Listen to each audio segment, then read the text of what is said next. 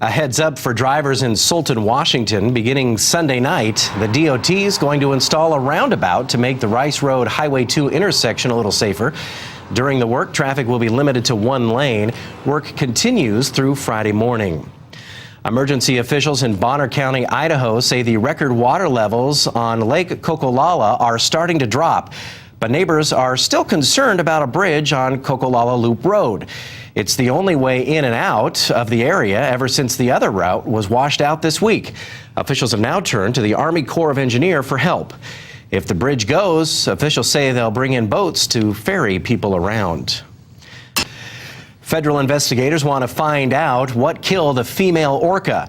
The killer whale washed up near Long Beach, Washington in February. Early reports showed extensive bleeding in the head, chest, and right side of the body. Some experts say the injuries may have been caused by an underwater explosion. The Navy said they did conduct missile testing off the northwest coast. Smiles and tears as Northwest troops prepare to head overseas. Still ahead, a look at the emotional goodbyes.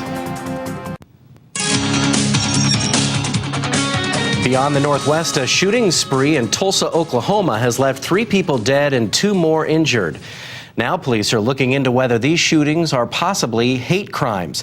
Detectives say all 5 victims are black. The suspected shooter is a white man believed to be driving a white truck.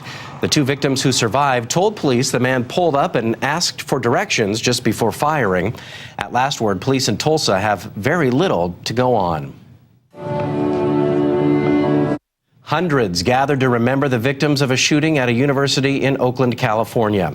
Now police say they may have found the gun used in the shooting rampage by former nursing student Wongo. School administrators say they're cooperating with police and are offering counseling to families and students. The 3 candidates for mayor of Portland spoke to seniors about their commitment to making the city more age-friendly. The audience was made up of members from the AARP and Elders in Action. I'll focus our city on those basic services of parks and streets and public safety. I think that the city of Portland, as we strive to be an age-friendly city, has to address our declining economics here. I think our public safety questions will face everybody, particularly our aging community. On April 30th, the candidates will speak again at a debate hosted by the Oregonian and our Portland affiliate, KGW. Washington state lawmakers continue to hash out their differences as they try to find agreement on a supplemental budget. Disagreements foil the possible vote Friday on a budget bill out of the Senate Ways and Means Committee. The special session will end on Tuesday. People in South Seattle say they're tired of seeing crime and murder in their neighborhood. King 5's Natalie Swaby was there when residents took to the streets to try and stop the violence. No more murder, no more violence. In Rainier Valley, they decided it's time. We want peace. We want peace. Amen. Amen. But up until now, peace has been hard to find for Chanel Ulu.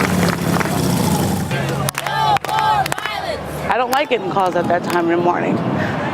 You know, nobody likes to get those calls.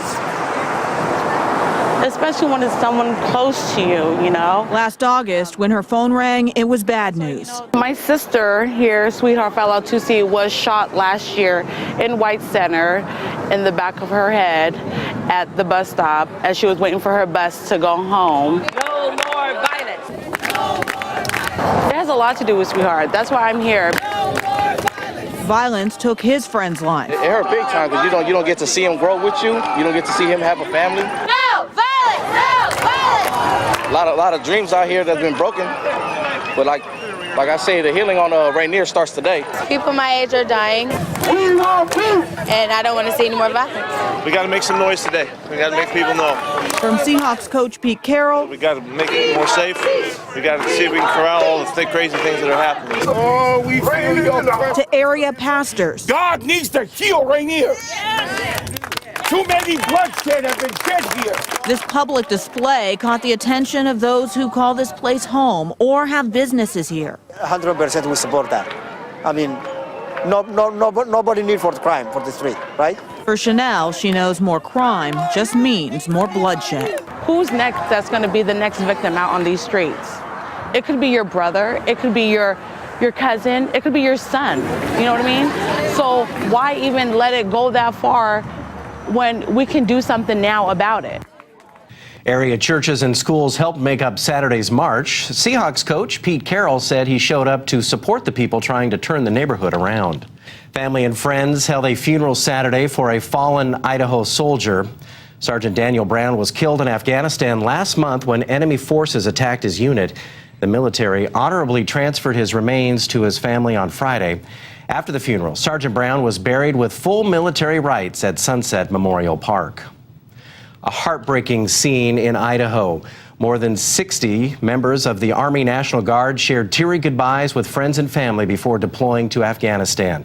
Specialist Janica Hanover was ready to serve her country, but Mother Becky had a tough time letting her daughter go. She means the world. It's okay. It's okay. It's all right. It's okay. It's a very hard thing for a parent to do. These citizen soldiers will train at Fort Hood, Texas for 2 months before heading over to Afghanistan. Their mission will be to transport personnel and equipment throughout the country. Still ahead, Don Carson will be back with your extended forecast. It seems the Easter Bunny equals big money this year. Retailers expect revenue to be up double digits over last Easter weekend. News Channel 8's Joe Smith reports.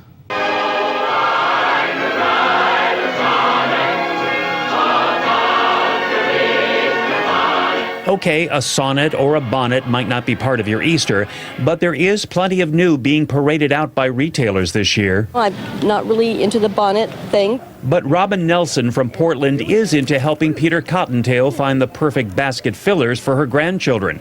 She's doing some one-hop shopping at Fred Meyer. Do you want the real figure or the figure that I tell people? The truth, please. Probably close to $100.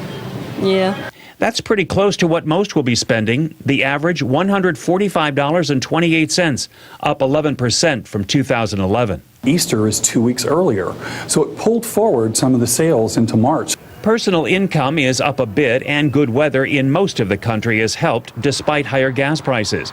Candy is at the top of the list. Chocolatiers from around the world have been busy coming up with new variations on a theme. It's a huge holiday for us. From ginormous eggs to multicolored peeps for your peeps to Reese's Pieces to look like a carrot.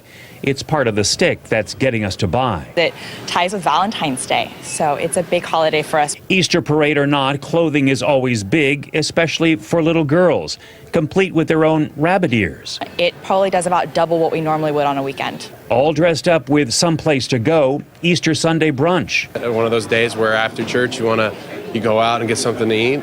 At South Park Restaurant, a new brunch menu is on the table. We decided to try to open, a little bit earlier, or throw some eggs on the menu and see what happens. And we're not putting all our eggs in one basket. The food, the wine, the flowers, tulips and lilies, clothes, and of course the chocolate is adding up to the tune of $16.8 billion. The photographers will snap us.